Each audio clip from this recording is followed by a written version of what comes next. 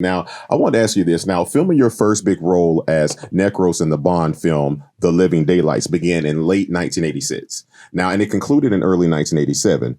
Necros gave you the opportunity to impersonate quite a few different characters with various accents along the way. What was the experience like? And was there a particular dialect that proved to be a little bit more challenging than others?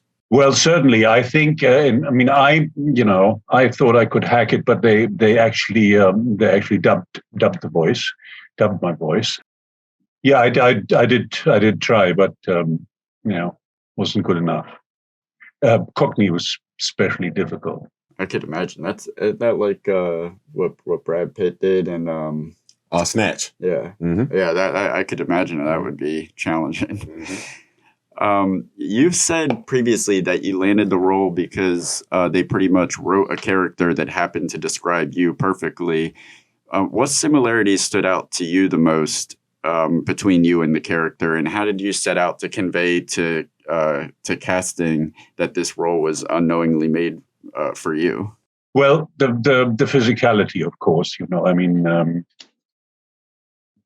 My body and being in good shape and what I could do and had to do. I don't know that there was anything in particular. I mean, perhaps there was. I don't really recall. I mean, don't forget that I was definitely not very skilled at auditioning at the time, so I probably went in there all blue-eyed. It just. I'd imagine there had to be something, because you couldn't have been the only over 6 foot model-esque looking European.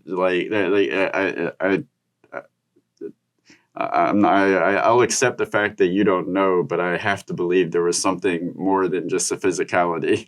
Well, I mean, from a lot of the guests that we've interviewed, and you may be able to speak to this, is that they've all said this: no matter how talented you may be, sometimes the director or the casting director is just looking for that specific look, and they don't know it until they see it. Yeah, I mean, if I recall, they just described me. It's a tall guy, blonde with slicked back hair, and there I walked in, and I was cute in those days. That would have been it would have been a real bad blow if you didn't get the part. Like going into it thinking like, okay, I mean, this is describing me. All I pretty much have to do is not totally suck, because I'm right here on the page already. Now, it goes both ways, I've had parts written for me and being described, and then some small guy with an ethnic background got the part. You just don't know. Yeah.